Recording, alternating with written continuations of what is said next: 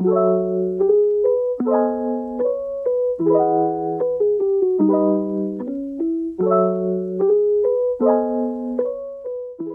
Tuhan, hai jiwaku, dan jangan lupakan segala kebaikan-Nya.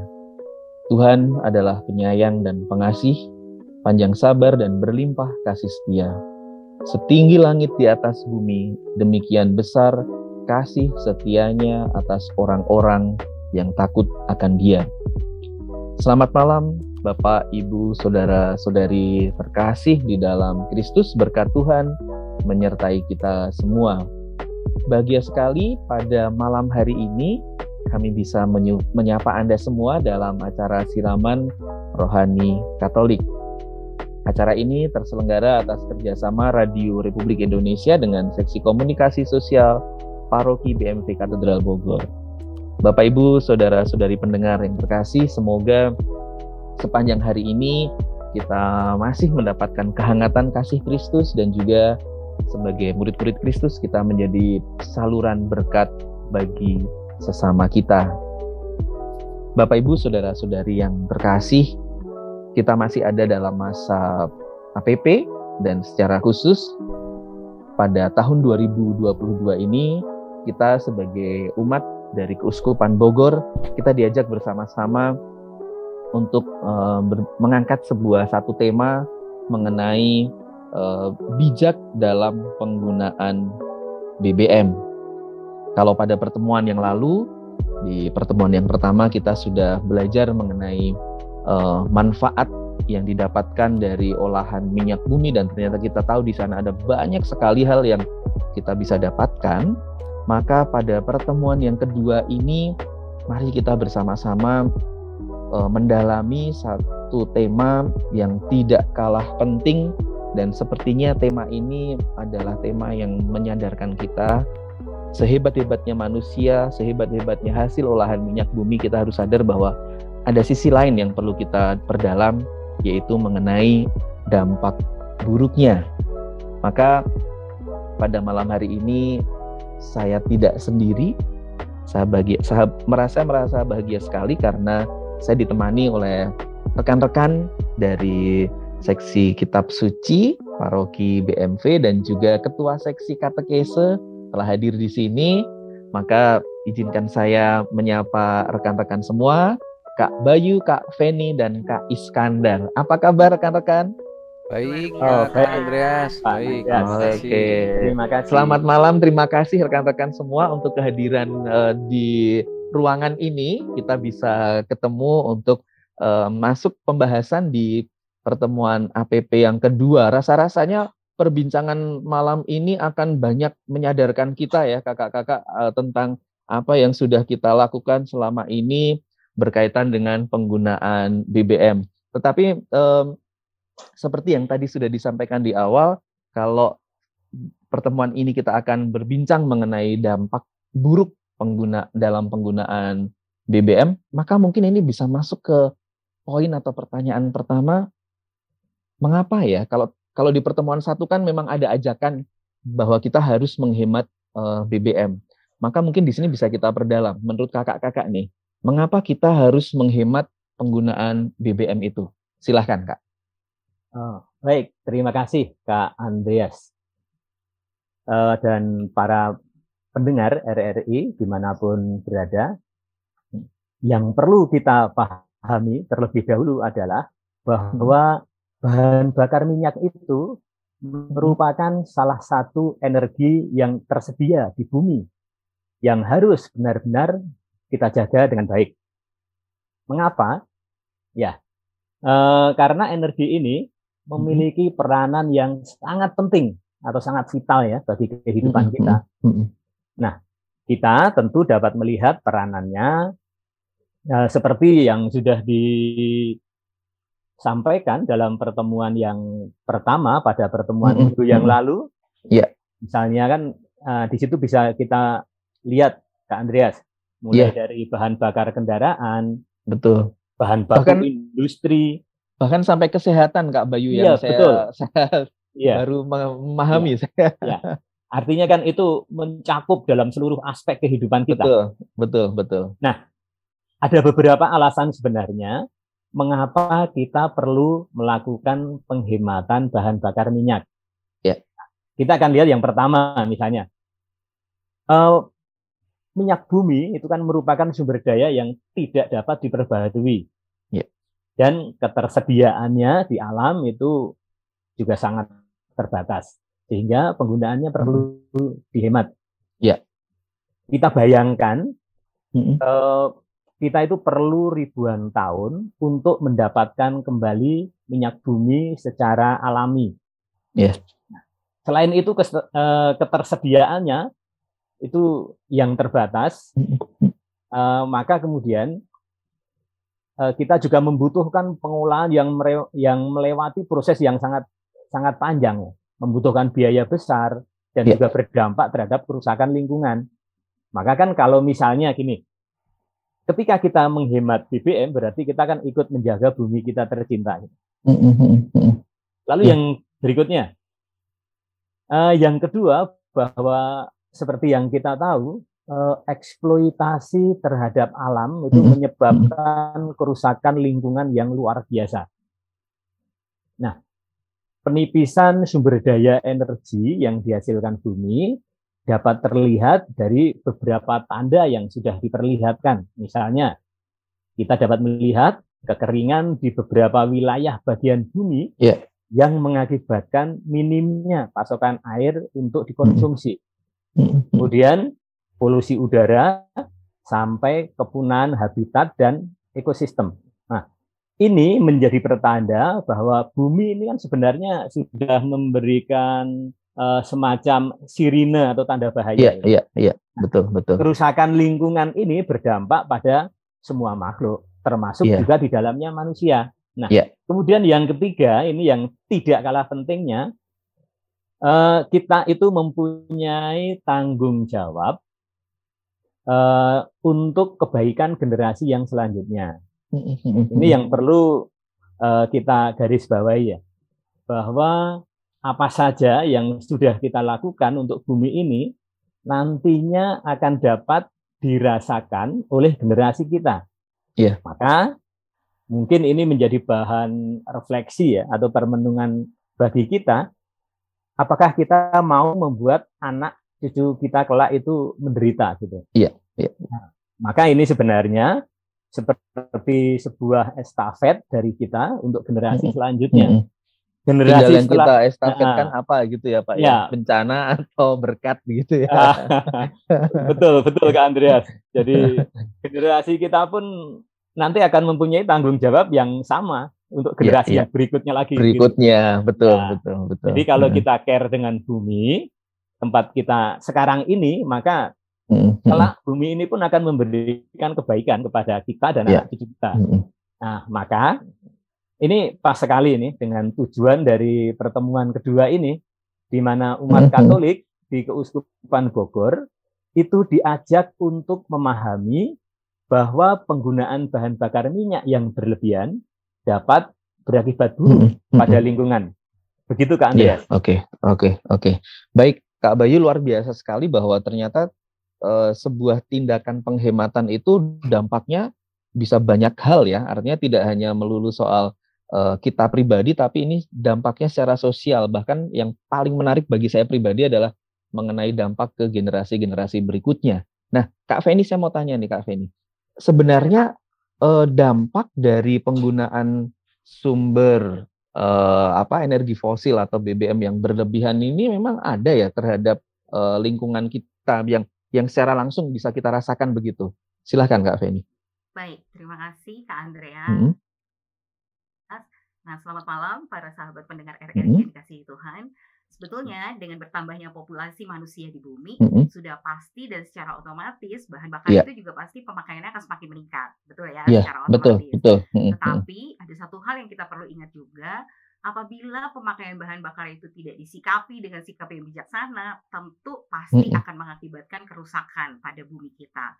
Juga yang dapat kita rasakan di dalam diri kita juga ya. Nah, kita pengen tahu nih sebenarnya tadi pertanyaan Kak Andreas adalah dampak negatifnya apa sih sebenarnya dari penggunaan bahan bakar yang berlebihan itu ya. Iya, yang secara berlebihan. Nah, sebetulnya kita sebetulnya tuh sudah merasakan dampak negatifnya itu sekarang ini. Yang pertama yaitu dengan terjadinya polusi udara, ya.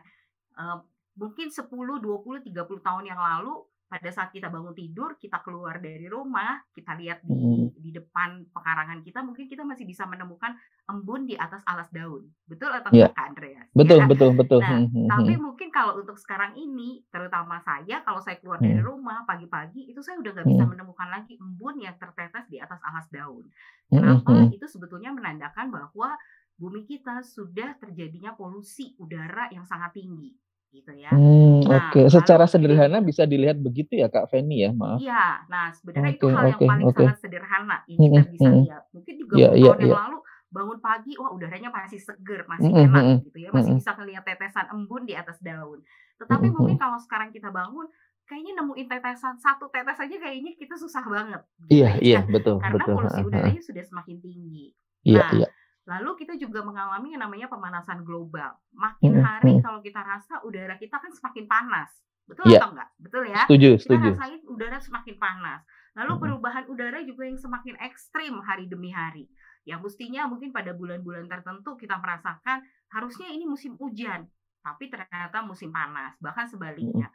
Bahkan beberapa waktu lalu kita juga merasakan musim panas yang cukup berkepanjangan di negara kita. Nah, itu adalah akibat dari polusi udara yang sudah semakin tinggi. Sebenarnya itu sebuah warning yang kita sudah harusnya kita sudah tahu gitu. Lalu terjadinya juga apa selain polusi udara? Polusi terhadap air. Nah, polusi air itu apa? Polusi air itu adalah pada saat mungkin penambangan minyak di lepas pantai, ya. Apabila penambangan itu terjadi kebocoran, nah itu juga akan mengakibatkan air yang ada di pantai itu akan menjadi rusak. Ya, terjadi polusi air di sana. Lalu kita juga bisa melihat polusi tanah. Nah, polusi tanah itu apa? Misalnya penambangan batu bara secara liar atau secara gila-gilaan. Nah, sebetulnya kontur tanah itu akan menjadi rusak. Kontur tanah itu akan menjadi kering. Nah, harusnya tanah yang dijadikan sebagai penghijauan, penanaman yang produktif, menjadi daya serap air yang lebih tinggi, tapi karena keserakahan manusia gitu ya, karena kebutuhan pribadi, karena keegoisan manusia, sehingga penambangan batu bara yang secara gila-gilaan itu membuat tanah kita menjadi rusak. Bahkan belakangan ini kita juga melihat terjadinya kekeringan yang sangat drastis di mana-mana. Nah, itu adalah salah satu efek atau dampak negatif yang kita rasa. Nah, Kak Andreas, sebetulnya mungkin bukan cuma orang Jakarta nih ya, tapi mungkin orang Bogor juga suka berangkat ke puncak. Saya juga suka berangkat ke puncak. Ya. Nah, sebetulnya kenapa sih orang rela berjam-jam itu macet-macet ria di puncak? Sebetulnya mereka hanya ingin mendapatkan udara yang segar. Udara segar, udara betul. yang sehat. Betul ya Kak Andreas betul, ya? Betul, udara yang bersih. Karena di Jakarta, di Bogor pun sekarang atau di kota-kota lain, itu sudah sangat sulit untuk mendapatkan udara yang bersih. Sehingga mereka rela berjam-jam bermacet-macet ria untuk mendapatkan satu suasana yang lebih bersih, yang lebih sehat. Nah, kalau kita lihat nih sekarang kita agak sedikit melihat ke samping ya. Kalau kita melihat sebenarnya bumi yang diciptakan oleh Allah itu gimana sih kondisinya? Kondisi awalnya itu gimana sih? Keadaannya itu gimana sih? Apakah memang Allah menciptakan bumi itu dalam keadaan yang seperti sekarang? Atau sebenarnya Allah menciptakan bumi itu dalam keadaan yang baik? Nah, saya mau mengajak Kak Andreas dan para pendengar RRI kita untuk melihat kembali pada awal penciptaan waktu Allah menciptakan bumi dan alam ini. Sebetulnya kita dapat melihat gambaran bumi yang bersih, bumi yang sehat, bumi yang baik itu lewat gambaran pada penciptaan di Taman Eden. Ya, mungkin kita belum pernah ada satu orang pun yang melihat Taman Eden itu seperti apa ya. Tapi Alkitab menggambarkan bahwa Taman Eden itu adalah sebuah taman yang sangat luar biasa, sebuah taman yang penuh dengan pohon-pohonan, udaranya bersih, bahkan sehat. Jadi sebetulnya Allah menciptakan bumi itu dan alam itu pada awal mulanya dalam keadaan yang bersih dan sehat. Nah, tetapi Kak Andreas, sebenarnya kita harusnya bersyukur ya dengan adanya pemerenungan dari APP ini. Tapi karena keserakahan dan karena keegoisan manusia, sehingga bumi kita menjadi rusak. Bumi kita menjadi sakit. Bumi kita menjadi tidak sehat. Nah, apa yang harus kita lakukan nih sekarang kalau bumi kita udah nggak sehat, bumi kita udah sakit gitu ya. Kan pertanyaannya apa sih yang harus kita lakukan sekarang? Iya, iya. Sebetulnya ada hal-hal yang sangat simpel dan sangat sederhana yang ada di sekeliling kita yang dapat kita lakukan bersama dengan keluarga kita. Kita akan mulai dari diri kita dulu, karena kita nggak bisa perintah orang lain untuk melakukan kalau kita sendiri tidak melakukan. Betul nggak, Kak Andreas? Setuju, Betul ya. setuju. Ya. Jadi kita harus melakukan dari diri kita, yaitu hal yang sangat sederhana, yang paling simpel adalah kita mengurangi pemakaian dari bahan bakar minyak ini, yaitu dengan kita berjalan kaki. Sebenarnya jalan kaki itu kan bonusnya sehat, betul ya? Jalan kaki itu bonusnya sehat sebetulnya. Tapi banyak di antara kita yang mungkin bilang, aduh jalan kaki itu capek, jalan kaki itu nggak enak gitu ya. Capek, lelah, terus aduh jauh jaraknya. Nah, sebenarnya ada option yang kedua ya, yaitu dengan kita bersepeda. Mungkin kalau kita bersepeda itu juga kita tidak mengeluarkan bahan bakar, ya kan? Kita bisa mengurangi pemakaian bahan bakar yang secara berlebih-lebihan. Nah, sehingga kita akan mulai, saya akan mengajak bahwa kita akan mulai dari diri kita lebih dulu nih. Kalau kita mulai dari diri kita lebih dulu, mari kita ciptakan bumi kita yang lebih sehat, bumi kita yang lebih bersih, bumi kita yang lebih baik. Karena kalau kita mulai dari diri kita lebih dulu, maka kita akan menjaga kelangsungan hidup bagi anak cucu kita di 10, 20, 30, bahkan sampai 50 tahun ke depan. Begitu, Kak Andreas. Oke, mantap. Mari kita bersama-sama, kita mulai dari kita lebih dulu gitu. Terima kasih Kak Feni. Ini sama-sama, penjelasannya sangat mencakup semua hal, bahkan sampai kepada sebuah bentuk tindakan aksi nyata yang sederhana tadi ya, jalan kaki, bersepeda, tidak usah berbicara dalam lingkup yang besar, tapi mulai dari diri sendiri dulu dan seterusnya. Hanya masih ada yang mengganjal dalam pikiran saya, mohon maaf ini rekan-rekan, bahwa dengan semakin bertambahnya manusia, dengan semakin populasinya bertambah begitu, maka memang yang ada yang tidak bisa dihindari, yaitu kebutuhan manusia yang semakin bertambah. Dalam hal ini kebutuhan akan BBM pun menjadi ikut bertambah. Maka memang dalam pertemuan APP yang kita selalu laksanakan setiap tahun ini adalah ada hal yang istimewa, ada hal yang spesial, karena kita akan mengangkat satu kisah dari Alkitab sebagai bahan permenungan kita bersama. Nah, mungkin di sini rekan-rekan bisa menjelaskan begini nih rekan-rekan. Ketika kebutuhan manusia semakin bertambah, populasi manusia semakin bertambah, pada akhirnya kita juga harus mengakui bahwa kebutuhan kita akan BBM semakin bertambah. Tapi di sini kita disadarkan pada dampak buruknya begitu, maka adakah jawaban atau adakah permenungan dari kitab suci pada pertemuan yang kedua ini supaya kita semakin aware dalam menjaga kelestarian? Silakan rekan-rekan. Baik, terima kasih Kak Andreas. Memang pada masa dalam kitab suci zaman itu mereka tidak bermasalah ya dengan bahan bakar, terutama dalam bahan bakar minyak. Sehingga kalau kita mencari bagaimana rujukan dari kitab suci kita sehubungan dengan pemakaian BBM ini, tentu kita tidak akan mendapatkan sesuatu yang dapat menjadi langsung begitu ya Pak ya bagi kita, betul. Karena kita berada di dalam suatu era yang sangat berbeda pada masa itu. Tetapi ada beberapa hal yang dapat kita jadikan referensi, karena ada nilai-nilai yang ada dalam kitab suci tersebut ternyata dapat kita terapkan dalam permasalahan kita dengan bahan bakar minyak pada masa sekarang ini. Ya. Lalu dalam pertemuan yang kedua ini kita disajikan bacaan kitab suci, yaitu dari kitab Amos 4 ayat 6 sampai 11. Di mana dalam bacaan tersebut dikisahkan bahwa umat Israel ini dalam masa penghukuman dari Tuhan karena perbuatan-perbuatan mereka nih yang ternyata tidak berkenan di hadapan Tuhan. Apa saja sih perbuatan-perbuatan tersebut yang tidak berkenan terhadap Tuhan? Itu dapat kita lihat pada perikop sebelumnya sesungguhnya, yaitu Amos 2 ayat 6 sampai 8. Di mana di situ disebutkan bahwa oleh karena mereka menjual orang benar karena uang dan orang miskin karena sepasang kasut. Mereka menginjak-injak kepala orang lemah ke dalam debu dan membelokkan jalan orang sengsara.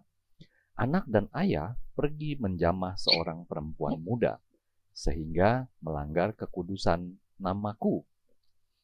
Mereka merebahkan diri di samping setiap mezbah di atas pakaian gadaian orang dan minum anggur orang-orang yang kena denda di rumah Allah mereka. Nah, itu disebutkan di dalam kitab Amos 2 bahwa perbuatan-perbuatan orang Israel itu tidak berkenan di mata Tuhan sehingga mereka dalam masa penghukuman. Nah, itu dapat menjadi salah satu bahan yang dapat kita sandingkan dengan keadaan kita masa ini, di mana perbuatan-perbuatan kita, terutama dalam hal kerusakan lingkungan, dalam hal pemakaian bahan bakar minyak ini dapat kita padu-padankan dengan apa yang dilakukan oleh umat Israel. Sehingga kita juga mengalami, tadi sudah disampaikan oleh oleh Kak Feni, bahwa ternyata kerusakan alam yang sebagai hukuman kepada kita itu juga sudah mulai kita rasakan. Tadi sangat baik disampaikan oleh Kak Feni tentang embun di pagi hari, kita sudah bisa menikmati lagi. Betul. Gitu ya. Namun umat Israel ternyata tidak mau bertobat dan tidak berbalik kepada Tuhan. Sehingga Tuhan menghukum mereka dengan berbagai bencana. Ya, dalam kitab Amos kita lihat bahwa bencana yang ditimpakan kepada umat Israel tersebut oleh Tuhan itu adalah bermacam-macam. Mulai dari kekeringan. Nah, dengan adanya kekeringan tentu saja ini berimbas kepada panen mereka sehingga mereka gagal panen. Ya, dengan tidak adanya panen, tentu saja mereka juga mengalami kelaparan. Ya, dan dalam masa seperti itu mereka juga tertimpa penyakit sampar, banyak kematian, dan tentu saja menjadi kehancuran dalam kota. Dari bacaan kitab suci ini dapat kita cerminkan dalam perbuatan-perbuatan kita nih tadi ya, bagaimana eksploitasi dan penggunaan sumber energi tersebut menjadi sangat berpengaruh terhadap kerusakan-kerusakan lingkungan seperti yang tadi sudah disampaikan oleh Kak Feni itu ya. Iya. Sangat luar biasa tadi oleh Kak Feni. Nah, bila hal ini terus terjadi, maka bisa saja Tuhan juga akan menghukum kita sebagaimana Ia menghukum bangsa Israel seperti yang dikisahkan dalam kitab Amos tadi, yaitu dengan kerusakan-kerusakan alam yang pada akhirnya akan menjadi kesengsaraan dalam kehidupan kita. Nah, dengan demikian, Tuhan menginginkan umat Israel bertobat serta berbalik kepadanya, maka hendaklah kita juga bertobat atas perilaku kita terhadap sumber energi fosil atau BBM ini agar penggunaannya menjadi lebih bijaksana ya, dan lebih memperhatikan kelestarian lingkungan hidup kita. Ya, mungkin contohnya tadi adalah pada saat penambangan batu bara, eksploitasi tanah menjadi rusak di sana, mungkin harus dipikirkan untuk revitalisasi daerah pertambangan tersebut sehingga tanah-tanah tersebut dapat digunakan untuk tanaman industri atau tanaman-tanaman bahan pangan. Sehingga kita di satu sisi kita menggunakan BBM, di satu sisi kita juga coba melakukan perbaikan terhadap kerusakan-kerusakan yang terjadi. Nah, inilah yang dimaksud dengan pertobatan ekologis, sebagaimana yang telah beberapa kali dihimbau oleh Bapak Uskup kita. Ya. Dengan demikian kiranya sedikit dapat saya sampaikan untuk mengantarkan bacaan kitab suci melalui kitab Amos ini, agar kita dapat lebih memahami pesan Tuhan kepada kita dalam APP pertemuan kedua ini. Demikian Pak Kak Andreas, terima kasih. Baik. Kak Iskandar, ini saya semakin menyadari bahwa setiap perbuatan kita, setiap tingkah laku kita yang berkaitan dengan penggunaan BBM ini memang dampaknya tidak main-main ya. Bahkan tadi dalam kisah di dalam kitab suci disampaikan di sana mengenai gambaran bencana dalam tanda petik yang diberikan oleh Tuhan kepada kita ketika kita tidak mau bertobat begitu. Maka memang pas sekali dengan apa yang disampaikan oleh Bapak Uskup kita, bahwa beberapa tahun ini Keuskupan Bogor arah visinya jelas sekali untuk pertobatan ekologis. Satu lagi pertanyaan yang terakhir saya ingin tanyakan ke rekan-rekan pada pertemuan kita di malam yang kedua ini adalah mengenai sejauh mana ulah manusia yang memakai bahan bakar fosil yang tidak bijak itu dapat menimbulkan kesusahan berimbas pada lingkungan di masa mendatang, Pak. Tapi mohon maaf mungkin bisa dijawab dengan singkat karena waktu yang membatasi kita. Silahkan, Kakak. Baik. Terima kasih, Pak Andreas. Mungkin saya akan coba jawab dengan singkat karena pertanyaan ini sangat menarik ya. Kita ingat bahwa pada pertemuan APP yang pertama minggu lalu kita diajak untuk melihat fakta bahwa bahan bakar fosil mempunyai banyak manfaat dalam menunjang kehidupan manusia dan produktivitasnya. Sementara dalam pertemuan APP yang kedua kali ini, kita melihat dari perspektif yang lain, yaitu bagaimana kita menyikapi dampak buruknya.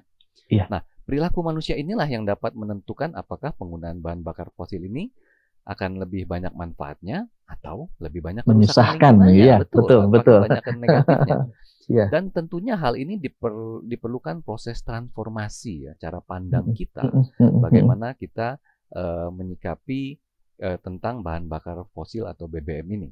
Nah, sebagai contoh yang kecil yang menarik yang dapat kita temukan di Bogor ini misalnya, bagaimana kepedulian dari Bapak Wali Kota Bogor kita, Bapak Bima Arya, untuk mengurangi secara berkala jumlah kendaraan umum di Kota Bogor, dalam hal ini adalah angkot, dan menggantikannya dengan bis Trans Pakuan yang lebih nyaman dan tarif yang sangat terjangkau. Nah, dan transformasi ini akan dibahas lebih lanjut pada APP pertemuan ketiga minggu depan, yang tentunya akan lebih menarik dan lebih seru nih. Jadi jangan ketinggalan untuk menikmati pertemuan minggu depan. Demikian. Oke. Terima kasih. Ini mungkin sekaligus menjadi undangan untuk umat sekalian ya, kakak-kakak di pertemuan yang kedua ini, karena rasanya terbatas waktu kita, maka sebenarnya kalau ini diperdalam tentu akan menarik. Kita membayangkan bagaimana proses dialog yang terjadi di wilayah atau di lingkungan ketika berbicara dampak negatif. Mungkin akan ada keseruan di sana karena orang akan menjadi sadar bahwa ternyata saya selama ini juga keliru dan seterusnya. Bahkan mungkin akan ada ide-ide kreatif juga yang muncul, hal-hal baru juga yang akan menjadi bahan permenungan bersama. Untuk itu, terima kasih banyak rekan-rekan di pertemuan kedua APP malam ini, Kak Bayu, Kak Feni, Kak Iskandar yang telah luar biasa memaparkan hal-hal yang semoga bisa menyadarkan kita semua. Teristimewa dalam terang iman tadi, Allah sendiri sudah mengingatkan kita akan hal-hal negatif yang bisa saja muncul kalau kita tidak waspada mulai dari sekarang. Terima kasih teman-teman untuk kehadirannya dan tetap semangat, sehat selalu. Semoga next time kita bisa ketemu lagi. Terima kasih, Kak Andrea. Terima kasih. Baik, terima kasih. Saudara pendengar yang terkasih, pada pertemuan yang kedua ini sangat jelas disampaikan oleh rekan-rekan. Teristimewa dari Kak Iskandar tadi menyampaikan bahwa transformasi adalah hal yang sangat diperlukan ketika kita ingin menuju kepada pertobatan ekologis. Kita akan berusaha supaya kita masing-masing menjadikan diri kita untuk menjadi contoh bagi yang lain, karena kita adalah pengikut Kristus, tentu itu adalah tugas kita. Maka mari kita usahakan dari kelompok yang paling terkecil, dari diri kita, dari keluarga kita, dari komunitas kita, dan semoga sungguh akhirnya apa yang kita khawatirkan, dampak buruk terhadap alam bisa tidak terjadi begitu ya dalam waktu ini atau untuk generasi-generasi berikutnya. Terima kasih untuk malam ini, berkat Tuhan menyertai kita semua. Amin. Dalam nama Bapa, Putra, dan Roh Kudus. Amin.